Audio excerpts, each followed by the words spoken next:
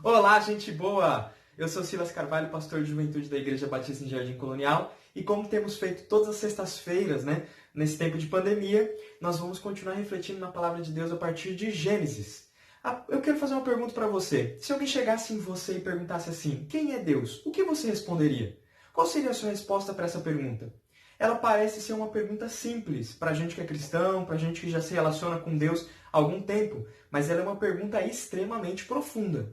Existe um consenso entre os cristãos de que nós devemos confiar e nós devemos adorar a Deus por aquilo que Ele é, a parte de tudo aquilo que Ele fez, faz ou pode fazer. Apesar dessa afirmação parecer desprendida, parecer alguém que não tem interesse nas coisas que Deus pode fazer, não tem interesse em bênçãos, essa afirmação é uma afirmação que demonstra um pouco de falta de conhecimento de Deus. Por quê? Tudo que nós sabemos sobre a pessoa de Deus, nós só sabemos, primeiro, porque Ele decidiu revelar, e outra, muitas das verdades que nós conhecemos sobre Deus, elas são decorrentes daquilo que Ele fez. Aquilo que Ele fez na história e aquilo que Ele faz de acordo com as suas promessas. Vou te dar um exemplo. Lembre da pergunta que eu fiz no início. Quem é Deus para você? A maioria das pessoas vai responder assim, Deus é o Criador dos céus e da terra. Essa é a resposta mais comum no Antigo Testamento. Quando vai falar de Deus, fala assim, nosso Deus é o Deus Criador dos céus e da terra. Se a gente parar para pensar, essa resposta ela mostra Deus é o Deus Supremo, só que essa questão de falar de Deus Supremo, caráter supremo, grandioso, poderoso de Deus, é feita a partir de alguma coisa que Ele fez. Ele criou os céus e a terra. Nós somos incapazes de conhecer a Deus, de confiar nele, de buscar a Ele e de adorar a parte de tudo aquilo que Ele fez, faz ou pode fazer. A gente só conhece quem Deus é por aquilo que Ele revelou e também por aquilo que Ele decidiu mostrar com as suas atitudes no decorrer da história. Apesar da Bíblia mostrar vários atributos, eu queria hoje trazer 3. O nosso Deus é protetor, o nosso Deus é provedor e o nosso Deus é fiel. E nós vamos fazer isso a partir de Gênesis, capítulo 15, do versículo 1 até o versículo 6. Vamos ler? Está escrito assim. Algum tempo depois, o Senhor falou a Abraão em visão e lhe disse, não tenha medo, Abraão, pois eu serei o seu escudo e sua recompensa será muito grande. Abraão, porém, respondeu, ó Senhor soberano, de que me adianta todas as bênçãos se eu nem mesmo tenho um filho? Uma vez que não me deste filhos, Eliezer, de Damasco, servo de minha casa, herderá toda a minha riqueza. Não me deste nenhum descendente próprio e, por isso, um dos meus servos será o meu herdeiro. O Senhor lhe disse, não será esse o seu herdeiro, você terá seu próprio filho, e ele será o seu herdeiro. Em seguida, levou Abrão para fora e lhe disse, olhe para o céu e conte as estrelas, se for capaz. Este é o número de descendentes que você terá. Abrão creu no Senhor e assim foi considerado justo.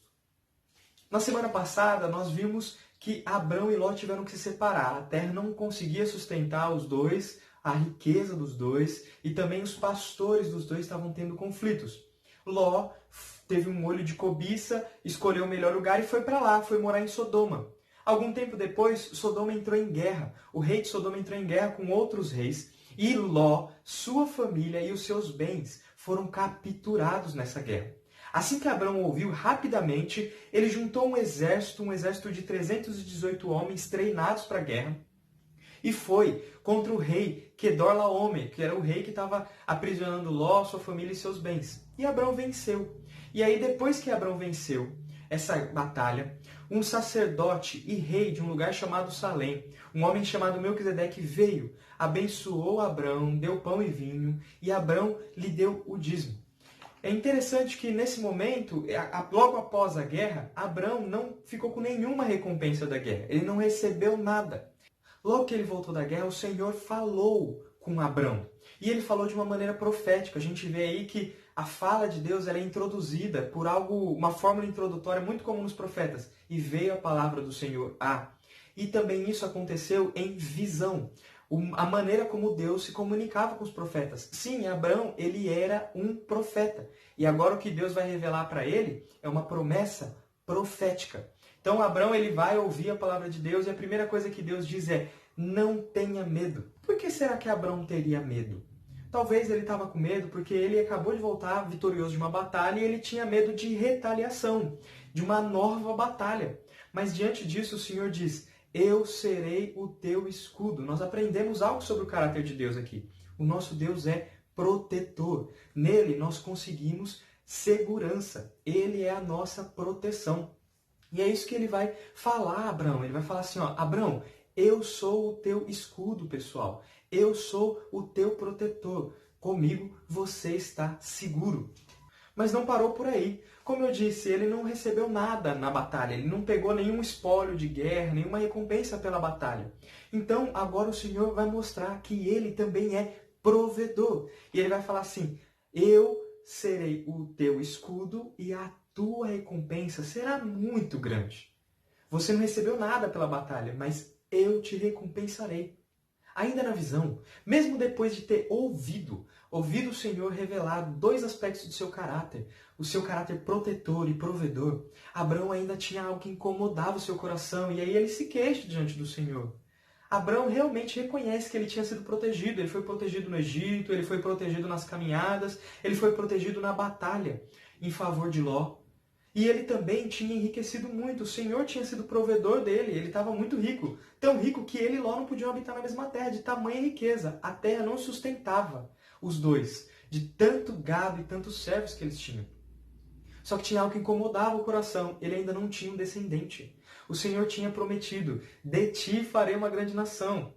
Logo que ele se separou de Ló, o Senhor falou com ele e disse, eu farei de você uma descendência tão numerosa quanto o pó da terra. É uma descendência que seria incontável.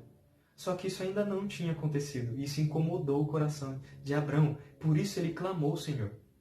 O clamor de Abrão para Deus, olha, Senhor, eu não tenho filhos, o Senhor ainda não me deu filhos. Ele não deve ser encarado como uma falta de fé. Não, na realidade, Abrão tinha certeza de que Deus faria dele uma grande nação. Só que na mente dele, isso seria por meio da adoção. Por isso ele diz, olha, eu só tenho Eliezer de Damasco, meu servo. Eu não tenho outro filho, eu não tenho filho natural. Abrão já era velho, Sara já era velha, eles já tinham passado da idade de ter filhos. Então Abrão, a solução para ele, na mente dele era, eu vou adotar um filho. Só que o Senhor disse, não será esse o seu descendente. Chamou Abrão para fora. Eu não sei onde eles estavam. Ele estava ali em visão, né? A gente não sabe se na visão ele estava dentro de algum lugar, de uma tenda. Mas ele chamou Abrão para fora e falou, olha para o céu, conte as estrelas. Os seus descendentes serão tão numerosos quanto as estrelas do céu, se é que pode contá-las. Você terá uma descendência numerosa. E o Senhor agora não só mostra que ele é protetor, provedor, mas ele é um protetor e um provedor fiel. Ele é um protetor e um provedor fiel. E qual foi a resposta de Abrão? A resposta de Abrão a essa certeza, a fidelidade de Deus demonstrada na reafirmação daquilo que Deus já tinha prometido, foi fé. Esse texto é muito importante para os primeiros israelitas que leram ele. Os israelitas que estavam no deserto caminhando rumo à terra prometida. Eles também estavam numa caminhada de fé. E eles também enfrentariam batalhas pela conquista da terra muito maiores do que a batalha de Abrão contra Quedorlaomer. Esse texto foi colocado aqui para ser um incentivo à fé daqueles homens. Eles não deveriam desanimar, porque Deus cumpre suas promessas. Além de ser protetor, provedor, ele é um protetor e um provedor fiel. Deus não mente, Deus não volta atrás na sua palavra. E qual seria a prova que esses israelitas teriam? A existência deles. Se eles olhassem para trás e voltassem até o momento desse trecho em que Deus fala de maneira profética com Abraão, eles lembrariam, se existimos hoje, é porque o Senhor cumpriu a promessa de que Abraão teria descendentes e que esses descendentes seriam incontáveis. É por isso que hoje somos uma grande nação. E aí, com isso, eles deviam fazer o quê?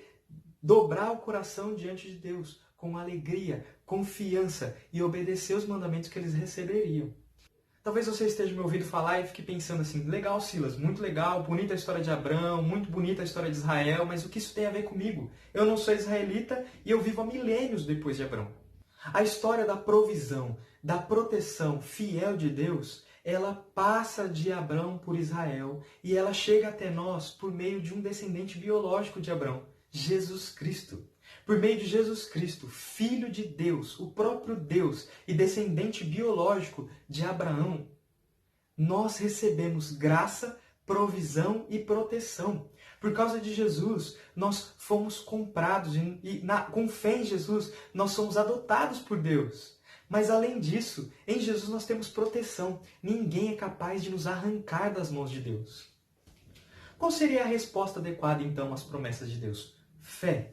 Fé não é um salto no escuro. Fé é uma confiança certificada de que Deus cumpre o que diz. Eu tenho certeza que Deus cumpre o que diz, porque quando eu olho para trás, eu vejo uma cruz vazia, um túmulo vazio. O Senhor, naquela cruz, me deu provisão.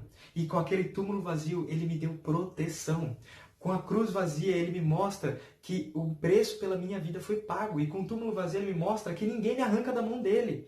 O meu encontro com Ele está marcado. E é isso que eu tenho que fazer durante essa minha caminhada nessa terra. Eu vivo em fé, na confiança certificada de que Deus sempre cumpre o que diz. Nesse momento eu quero falar com você. Deus não perdeu o controle durante a pandemia. Não. A história, dia a dia, caminha para mais próximo de um desfecho. Um desfecho em que nós, que cremos no Senhor Jesus e fomos adotados por Ele, nos tornamos família de Deus. Um desfecho que nos espera um grande jantar em família, em que nós nos encontraremos e seremos perfeitos diante de Deus, seremos iguais ao nosso irmão mais velho, Jesus Cristo. E tudo isso é certo, porque o nosso Deus é um provedor e um protetor fiel. Ele cumpre o que diz. Nesse momento eu quero orar com você. Quero pedir para que Deus te ajude a confiar nele e também te ajude a adorá-lo.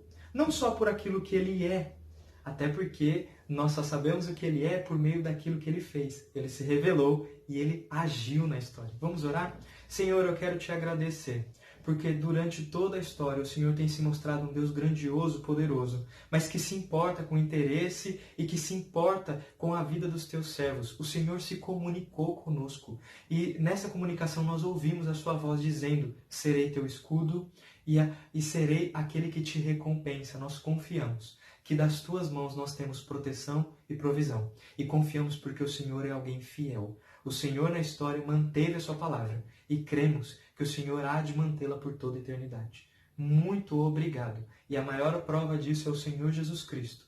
Vive ressurreto, ao seu lado, governando. Em nome de Cristo, amém. Uma boa semana e até o próximo Desperta Colonial.